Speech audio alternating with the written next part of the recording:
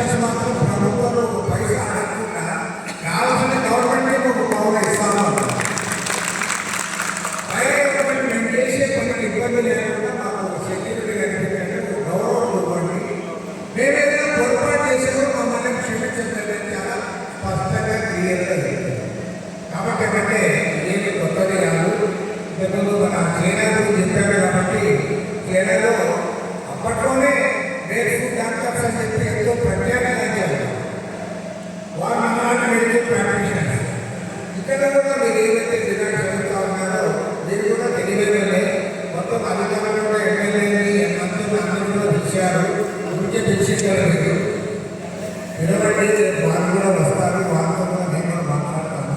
నేను గ్యారెంటీ ఇవ్వాలి. రేపు ఎవరు మనకి హాజరవుతారు వాళ్ళతో కాంటాక్ట్ చేసి వాళ్ళు నేను అందరం కలిసి ఖచ్చితంగా మీ న్యాయమైన సమస్యలు ఏవైతే ఉన్నాయో మీ న్యాయమైన డిమాండ్ ఏదైతే వాటన్నిటి కూడా ముఖ్యమంత్రి గారు దృష్టికి తీసుకుంటాం. ముఖ్యమంత్రి గారితో ఖచ్చితంగా హామీ.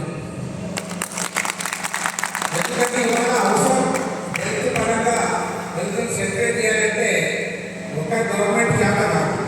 పైగా చంద్రబాబు నాయుడు గారి భూగాల నుండి P4 అంటున్నారు.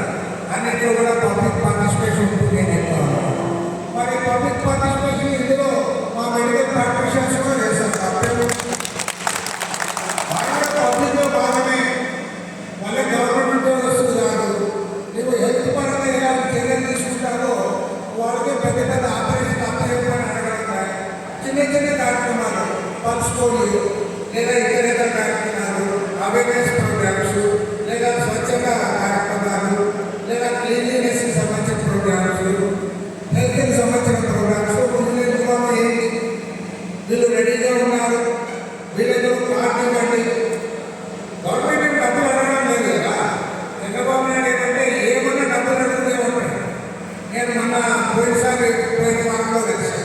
నేను మా ఎమ్మెల్సీ జగదీశ్వర్ గారిని కలిస్తే నేను ఏదో జగదీశ్వర్ గారు ఒక మెమరాండం ఇచ్చినాను. ఆ మెమరాండంలో ఉంటే ఎమ్మెల్యేలు మాజీ ఎమ్మెల్యేలు ఎమ్మెల్సీలకు తెలంగాణలో ఇచ్చినందుకు పెన్షన్ ఇవ్వాలని. అంటే చంద్రబాబు నాయుడు ఏమంటే మిగతా బాగా తీసుకుంటాడు, డబ్బులు అన్నది వెనక్కిస్తాడు. నేను అన్నా అదేవిధంగా వాళ్ళు పర్యాటకంగా చేశాను.